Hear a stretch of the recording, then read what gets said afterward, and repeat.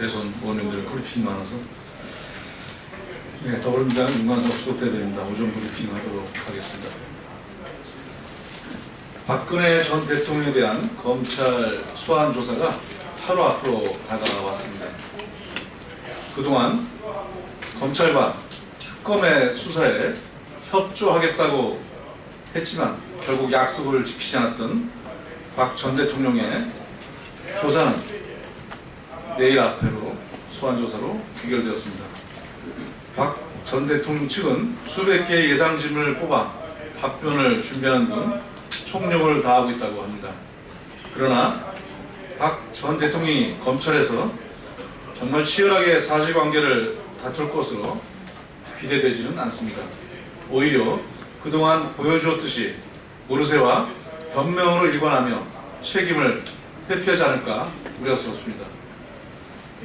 박 전 대통령은 10일 삼성동 자택으로 돌아오며 시간이 걸려도 진실은 밝혀질 것이다 믿는다라고 말해 온 국민을 아연실색하게 했습니다. 국정농단 사건 관련자 상당수가 이미 구속 기소된 상황에서 끝까지 자신의 책임 없음만 강변한다면 국민의 분노는 더욱 폭발할 것입니다. 박 전 대통령은 이제라도 수사에 적극 협조해 본인 말대로 진실을 밝히는 것이 조금이나마 역사 앞에 죄인으로 남지 않는 길이라는 것을 명심하기 바랍니다. 아울러 이제는 지지단체를 앞세운 정치 선동으로 국민 분열과 사회 갈등을 조장하는 행태를 중단할 것을 촉구합니다. 검찰 또한 역사적 소명의식을 갖고 빈수레가 요란하다는 소리를 듣지 않도록 철저한 준비로 박근혜 전 대통령에 대한 소환조사에서 성과를 거둬야 할 것입니다. 또한 대통령 기록물 이관으로 국정농단 및 세월호 참사 의혹을 입증할 수많은 증거 자료가 훼손되거나 비공개로 묶일 상황입니다. 검찰은 불신을 자처하지 말고 즉각 압수수색에 나설 것을 다시 한번 촉구합니다. 검찰이 특검팀의 수사에서 한 발도 더 나가지 않으려는 것이라면 검찰 개혁에 대한 국민적 요구 또한 폭발할 것임을 경고하며 국민이 원하는 것은 이번 탄핵 사태에 따른 안전한 진실한 점을 명심하기 바랍니다. G20 회의에서 빈손으로 돌아온 유일호 경제부총리 문제에 대해서 말씀드리겠습니다. G20 회의에 참석하기 위해 도쿄까지 날아간 유일호 경제부총리 겸 기획재정부 장관이 빈손으로 돌아왔습니다. 유일호 부총리는 G20 회의를 계기로 중국과 사드 문제의 돌파구를 차지했으나 중국은 공식적인 재무회담은커녕 비공식적인 접촉조차 거부했습니다. 심지어 G20 회의장에서 유일호 부총리가 중국 샤오제 재정부장에게 취임을 축하한다고 인사말을 건넸지만 화답도 없이 무뚝뚝한 태도를 견지했다고 합니다. 중국이 얼마나 사드 배치 문제에 대해 강경한 입장인지 또 우리 정부가 이를 얼마나 안이하게 생각하고 있는지를 단적으로 보여주는 예가 아닐 수 없습니다. 또한 한미 재무회담도 10분이라는 짧은 시간 동안 원론적 이야기만 나누며 아무런 성과를 내지 못했습니다. 우리나라가 환율 조작국으로 지정될 가능성에 대해서 제대로 해명하지 못했고 한미 FTA에 대해서도 언급하지 못했습니다. 갈등이 어려운 국가경제 상황에 중국의 사드 보복 조치까지 겹친 마당에 아무것도 무엇 하나 뚜렷한 성과를 내지 못하고 퍼탕만 치고 돌아왔다니 답답하기만 합니다. 그러기에 탄핵당한 과도 정부가 사후 수습조차 제대로 못할 일을 무책임하게 벌려서 스스로 경제위기를 자초했다는 말이 나온 것 아니겠습니까? 환경 과도 정부는 더 이상 책임지도 못할 일을 벌이지 말고 민생과 중국의 사드 보복 문제를 수습하는 데에만 만전을 기해야 할 것입니다. 그것이 무능과 무책으로 인해 탄핵당한 박근혜 정부의 마지막 도리입니다. 막말잔치로 넘쳐나는 자유한국당의 경선, 이게 과연 쇄신의 결과입니까? 오늘 2차 컷오프 경선을 앞두고 있는 자유한국당의 대통령 후보 경선이 막말 경연을 벌이며 차마 눈뜨고 못 봐줄 지경입니다.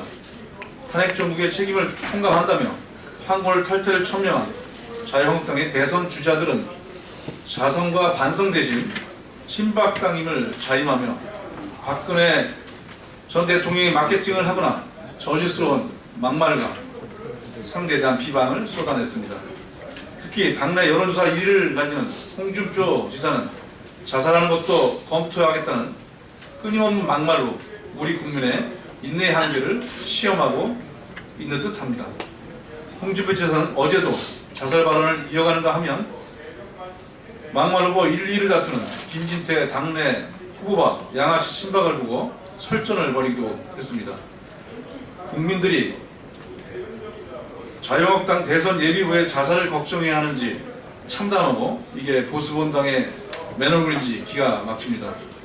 이런 모습이 당명을 새누리당에서 자유한국당으로 바꾸며 이루고자 한 쇄신인지 묻지 않을 수 없습니다. 정말 과거 자유당 시절로 퇴행한 듯한 자유한국당의 행태를 보며 결국 쇄신은 국민을 속이기 위한 쇼에 불과했을 뿐이라는 것을 확인합니다. 자유한국당은 정책 경정은 접어두더라도 막장 수준의 막말 경연으로 국민의 짜증을 유발하는 구태에서라도 벗어나길 바랍니다. 대선은 정책과 비전으로 시민들의 지지를 얻어 국가의 미래를 막기 위해 경쟁하는 과정이라는 점을 다시 한번 지적합니다. 틸러슨 미 국무장관의 순방을 통해 북핵 문제와 중미 한국 외교를 돌아보겠습니다. 틸러슨 미 국무장관이 동북아 순방을 마치고 귀국했습니다. 당초 미국의 대북 강경책이 우려되었으나 미국이 군사적 옵션 등 대북 강경책보다는 관계국 간의 협력을 통한 대북 제재가 지속될 것으로 전망됩니다. 틸러슨 장관의 동북아 순방은 관계국가 간의 입장차를 확인했지만 한반도 정세에 대한 공감대를 형성했고 북핵 문제 해결을 위한 관계국들의 협력을 이끌어냈습니다. 그러나 우리 정부가 틸러슨 장관의 방안에서 어떠한 외교 성과를 거두었는지 담론하지 않을 수 없습니다. 한반도 문제의 핵심 당사자국인 대한민국은 존재감을 보이지 못했습니다. 만찬을 초청하지도 않아놓고 문제가 되자 틸러슨 장관 탓으로 돌리는 외교당국의 행태에는 개탄을 금할 수 없습니다. 외교의 기본도 모르고 최소한의 예의조차 지키지 못한 윤명세 외교부 장관과 외교부 지관들의 행태는 무능력한 외교부의 현 모습을 똑똑히 보여줬습니다.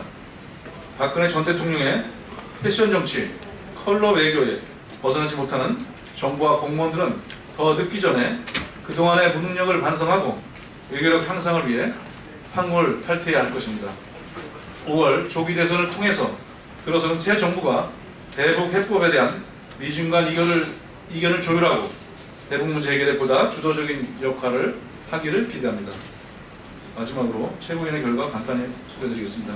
최고위원회는 오늘 4월 10일 재보궐선거 후보자를 인준했습니다. 먼저 충북 괴산 군수 후보에 남무현 제이컵 생협 유기식품 클러스터 추진위원장을 임명했습니다. 또 경기 포천시 제2선거구 광역은 후보에 김우석 포천발전소 반대시민모임 공정공동대표 등 기초위원 후보들을 공천했습니다. 또한 비상설특별위원회 위원장을 임명했습니다. 남북경협 특별위원회 위원장에 김경엽 의원, 신성장 특별위원회 위원장에 김병관 의원, 생협특별위원회 위원장에 이하경 의원, 컨슈머 프렌들리 특별위원회 위원장에 재윤경 의원, 도시농업 특별위원회 위원장에 임정성 의원을 각각 임명했습니다. 자세한 것은 자료로 전달하도록 하겠습니다. 고맙습니다.